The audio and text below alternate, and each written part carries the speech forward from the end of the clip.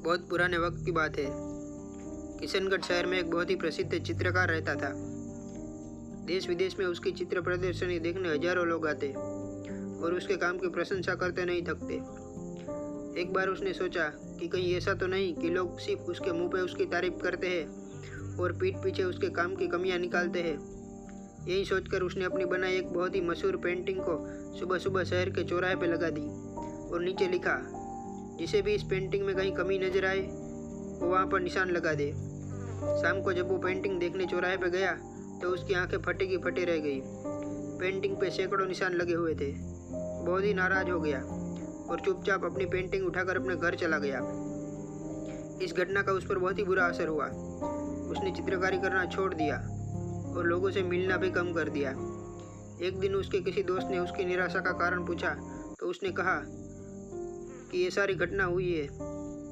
मित्र बोला, एक काम करते हैं, हम एक बार और तुम्हारी पेंटिंग को चौराहे पर रखते हैं। और अगली सुबह उन्होंने चौराहे पर एक नई पेंटिंग लगा दी।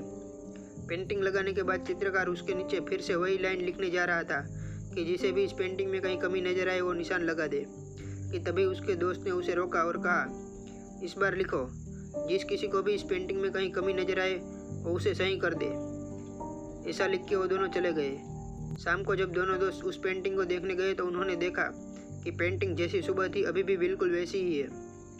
दोस्त चित्रकार को देखकर मुस्कुराते हुए बोला, कुछ समझे, कोई भी मूर्ख गलती निकाल सकता है और ज़्यादातर मूर्ख गलतियाँ निकालते भी है, लेकिन गलतियाँ सुधारने वाले बहुत कम होते हैं। बेकार में ऐसे लोगों की राय लेना का कोई फायदा नहीं, जो सिर्फ और सिर्फ दूसरों की गलतियाँ निकालना चाहते हैं, उन्हें नीचा दिखाना चाहते हैं, लेकिन उनको सुधारने के लिए ना उनके पास समय है और ना ही ज्ञान।